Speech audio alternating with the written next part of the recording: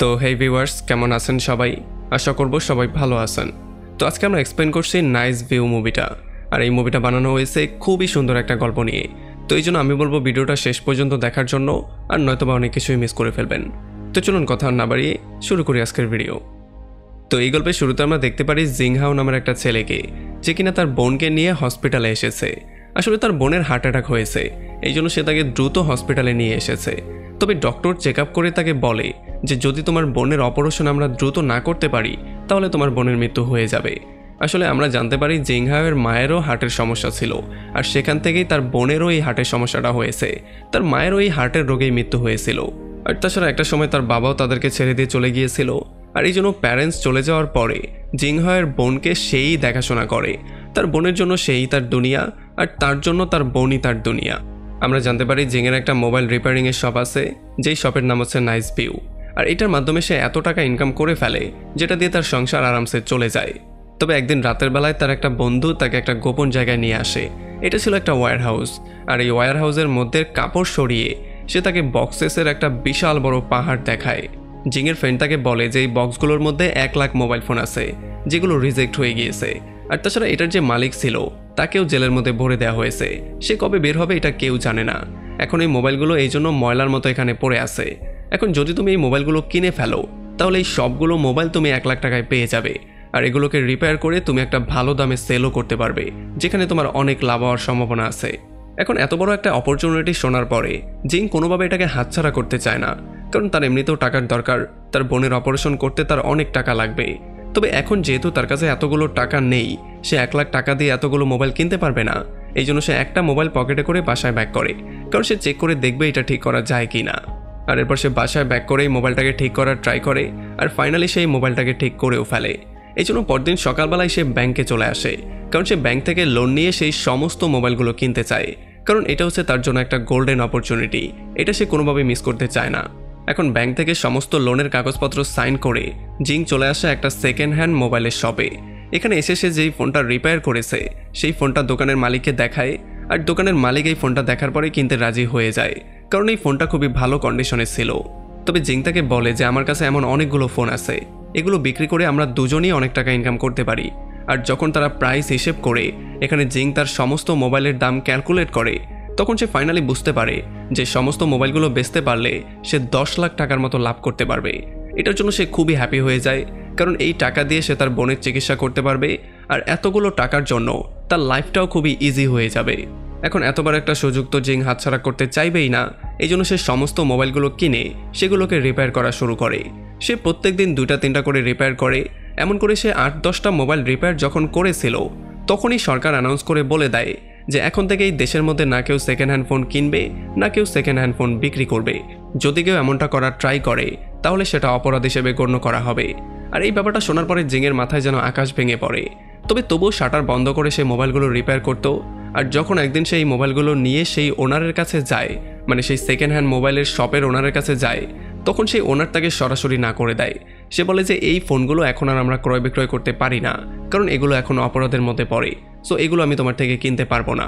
যার মানে আমরা বুঝতে পারি জিংয়ের সমস্ত টাকাটা লস হয়ে গেছে। এখন তার কাছে যেই মোবাইলগুলো পড়ে আছে সেগুলো শুধুমাত্রই ময়লা হিসেবে পড়ে আছে। এগুলোকে ময়লার সাথে ফেলে দেওয়া ছাড়া তার কাছে আর কোনো অন্য অপশন নেই। এখন যেহেতু জিং প্রচণ্ড টেনশনের মধ্যে চলে আসে, এই জন্য সে চলে আসে সেই মোবাইল কোম্পানিতে যেই কোম্পানির এই ফোনগুলো ছিল। এখানে সে ম্যানেজারের সাথে মিট করে, আর তাকে সে কনভিন্স করার ট্রাই করে বলে যে তোমাদের কোম্পানির অনেকগুলো মোবাইল আমার কাছে আছে। আমি জানি পুরাতন মোবাইল ক্রয় বিক্রয় করা অপরাধ, তবে এই মোবাইলগুলোর পার্টসগুলো খুলে আমরা বিভিন্ন দেশে পাঠিয়ে দিয়ে সেগুলোকে সেল করতে পারি, যেটার মাধ্যমে তুমিও অনেক বেশি প্রফিট করতে পারবে, আমিও অনেক বেশি প্রফিট করতে পারবো। তবে ম্যানেজার তাকে সরাসরি না করে দেয়। সে বলে যে এই পার্টসগুলো যখন তুমি বের করবে আর অন্য দেশে পাঠানোর ট্রাই করবে, তখন এটার কোয়ালিটি টেস্ট করা হবে, আর এগুলো সবগুলো কোয়ালিটি টেস্টে ফেল করবে। কিন্তু তবুও জিং তাকে কনভিন্স করার ট্রাই করে। সে বলে যে আমার নিজের উপরে নিজের অনেক বিশ্বাস আছে, আমি যখন এই পার্টসগুলো বের করব তখন খুবই সেফটির সাথে বের করব, এগুলো কোয়ালিটি টেস্টে পাস করবেই করবে। এই জন্য ম্যানেজার বলে আচ্ছা ঠিক আছে, যদি কোয়ালিটি টেস্টে এগুলো পাস করে যায় তাহলে তোমার পার্টসগুলো আমরা বিদেশে পাঠিয়ে দেওয়ার ব্যবস্থা করব। আর এরপরে সেখান থেকে যখন জিং দোকানে ব্যাক করে, তখন ব্যাংকের লোকজন দোকানে চলে আসে। তারা জিংকে থ্রেট করে বলে যায় যে যদি আগামী 1 সপ্তাহের মধ্যে তুমি লোনের প্রথম কিস্তি দিতে না পারো তাহলে তোমার দোকান আমরা সিজ করে দেব। আমরা জানি তুমি মোবাইল রিপেয়ারের কাজ করো, আর সরকার যে অ্যানাউন্সটা করেছে সেটার জন্য তুমি লোন পরিশোধ করতে পারবে না। এখন এই সমস্ত ব্যাপারগুলোর জন্য জিংয়ের মাথা আরও বেশি হ্যাং হয়ে যায়। তবুও জিং সেই পুরাতন মোবাইলের পার্টসগুলো খোলা শুরু করে। সে খুবই কেয়ারফুলি সমস্ত পার্টসগুলো খুলে আর এগুলোকে কোয়ালিটি টেস্টের জন্য পাঠিয়ে দেয়। এখন এগুলো যখন কোয়ালিটি টেস্ট করা হয় তখন সবগুলো পার্টসই কোয়ালিটি টেস্টে পাস করে। আর এই রিপোর্টটা এনে যখন জিং এই ম্যানেজারকে দেখায় যে সমস্ত পার্টসগুলো কোয়ালিটি টেস্টে পাস করেছে, তখন এই ম্যানেজার তাকে সরাসরি না করে দেয়। সে বলে যে আমি তোমার কোনো পার্টস কিনতে পারবো না, আমরা বাইরে থেকে কোনো রকমের পার্টস কিনি না। তবে তখনই জিং দেখতে পারে এই কোম্পানির মালিককে, যে কিনা তাড়াহুড়ো করে কোথায় যেন যাচ্ছিল। আর এই জন্য জিং দৌড়ে গিয়ে তার সাথে কথাবার্তা বলার ট্রাই করে, তাকে কনভিন্স করার ট্রাই করে। তবে এই কোম্পানির মালিকও তার সাথে কথাবার্তা বলতে চায় না, কারণ তাকে দ্রুত গিয়ে ট্রেন ধরতে হবে, ট্রেন একটু পরেই ছেড়ে দিবে। এই জন্য সে গাড়ি দিয়ে দ্রুত বেরিয়ে চলে যায়। তবে জিংও কোনোভাবে হার মানার পাত্র না। সে তার স্কুটিকে অনেক জোরে চালিয়ে তাকে ফলো করা শুরু করে। এই জন্য তার অ্যাক্সিডেন্টও হয়ে যায়। তবুও সে হার মানে না। সে অনেক কষ্টে দৌড়ে অনেক পরিশ্রমের পরে ফাইনালি সেই ট্রেনে উঠে যায় আর সেই মালিকের সামনের চেয়ারে গিয়ে বসে। আর এরপর সেই কোম্পানির মালিককে বলে যে আপনি কি আপনার 10টা মিনিট সময় আমাকে দিতে পারবেন। আর কোম্পানির মালিক তার এত বড় ডেডিকেশন দেখার পরে ফাইনালি তাকে 10 মিনিট দেওয়ার জন্য রাজি হয়ে যায়। আর জিংয়ের সমস্ত কথাবার্তা শোনার পরে কোম্পানির মালিকও বলে যে আচ্ছা ঠিক আছে, যদি সমস্ত পার্টসগুলো কোয়ালিটি টেস্টে পাস করে তাহলে অবশ্যই আমি সমস্ত পার্টসগুলো কিনে নিব। তবে এই সমস্ত কাজগুলো তোমার একাই করতে হবে। এই জন্য আমরা না কোনো টাকা দিব আর না কোনো ওয়ার্কার দিব। আর এগুলো শোনার পরে জিংয়ের মাথায় যেন আকাশ ভেঙে পড়ে। সে একটু শকটি হয়ে যায়, কারণ 1 লাখ মোবাইলের পার্টস সে একা কতদিনে খুলবে। তবুও পরবর্তীতে সে রাজি হয়ে যায়, কারণ এখন তার কাছে অন্য কোনো অপশনও নেই। তো এরপরে জিং চলে আসে তার বোনকে স্কুল থেকে নেয়ার জন্য। তবে যখন তার বোন দেখতে পারে তার ভাইয়ের হাতে একটু ব্যথা পেয়েছে, তখন সে একটু বেশি রাগ করে। সে বলে যে স্কুটার তোমার একটু ভালো করে চালানো দরকার, তুমি যেমন করে স্কুটার চালাও এমন করে চালালে তুমি একদিন মরে যাবে। তবুও তারা 2 ভাই বোন নিজেকে শান্ত করে সেখান থেকে বাসার দিকে ব্যাক করে। তো এরপরে বাসায় ব্যাক করে জিং চলে আসে তার নেবারের কাছে। এখানে সে তাকে কনভিন্স করার ট্রাই করে বলে যে আমি চাই তুমি এই প্রজেক্টে আমার সাহায্য করো, কারণ আমি এমন একটা লোককে চাই যাকে আমি বিশ্বাস করতে পারি, আর যখন আমি না থাকবো তখন সেই প্রজেক্টটাকে হ্যান্ডেল করতে পারবে। তবে এই লোকটা তাকে বলে যে তুমি যেই কাজটা করতে চাচ্ছ সেটা খুবই রিস্কি একটা কাজ, সো এইটা করতে গিয়ে তুমি সমস্ত কিছু হারাতে পারো। তবে জিং তাকে বলে যে আমার কাছে হারানোর কিছুই নেই, আমার বোনের অপারেশনের জন্য মাত্র 1 বছর সময় আছে, আর এতগুলো টাকা কোনো ছোটোখাটো কাজ করে আমি 1 বছরে ম্যানেজ করতে পারবো না, আমার এই কাজটাই করতে হবে। আর এটা শোনার পরে ফাইনালি এই লোকটাও রাজি হয়ে যায়। এখন এই মোবাইলের পার্টসগুলোকে বের করার জন্য জিংয়ের একটা বিশাল বড় টিমের দরকার ছিল আর একটা বড় জায়গার দরকার ছিল, কিন্তু জিংয়ের কাছে টাকা পয়সাও ছিল না। এই জন্য সে কোনোভাবেই কিছু করতে পারছিল না। আর তাছাড়া যেই দোকানটা তার ছিল সেই দোকানটাও এখন তার নেই, কারণ ব্যাংকের লোন দিতে না পারার জন্য তার দোকানটাও সিজ করে নেওয়া হয়েছে। আর টাকার কমতির জন্য একটা সময় তার স্কুটারও সেল করতে হয়। এখন যেহেতু তার কাছে কোনো কাজ নেই, এই জন্য সে কাজের জন্য তার ফ্রেন্ডের সাথে এসে মিট করে। আর তার ফ্রেন্ডের পায়ে ধরে সে বলে যে কোনো মূল্যে আমার একটা কাজ দরকার, কারণ আমি একেবারে বেকার হয়ে গেছি। আর তার ফ্রেন্ড ফাইনালি এগুলো দেখার পরে তাকে উইন্ডো ক্লিনিংয়ের কাজ দিয়ে দেয়। আর জিং এত বড় বড় বিল্ডিংয়ে ঝুলে ঝুলে এমন করেই উইন্ডোগুলো ক্লিন করে। আর এরপরে জিং গিয়ে একটা বাসাও রেন্টে নিয়ে নেয়, যাতে করে সেই জায়গাতে তারা এই মোবাইলের পার্টসগুলো খুলতে পারে। তবে জিংয়ের কাছে এখনও একটা সমস্যা ছিল, সেটা ছিল ওয়ার্কার। সে জানতো যে তারা দুজন মিলে কখনোই এই পার্টসগুলো খুলে শেষ করতে পারবে না, তো এই জন্য তাদের আরও বেশি ওয়ার্কার দরকার। এখন ফাইনালি জিং বুঝতে পারে যে ওয়ার্কার নিলে তাদেরকে পেমেন্ট করতে হবে, আর সেই টাকাটাও তার কাছে নেই।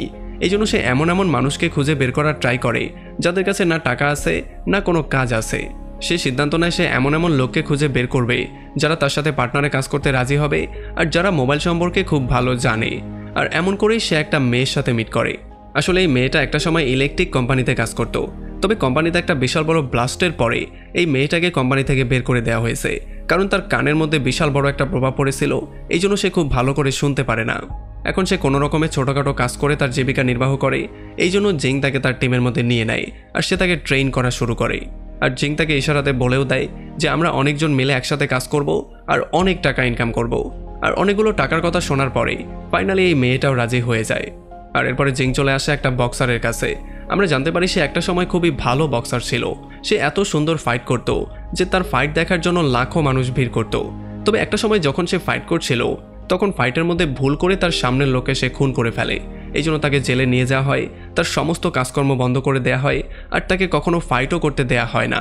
আর এখন সে জেল থেকে কোনো রকমে বের তো হয়ে গেছে, তবে সে কোনো কাজ করতে পারছে না, তাকে কোনো কাজ কেউ দিচ্ছেই না।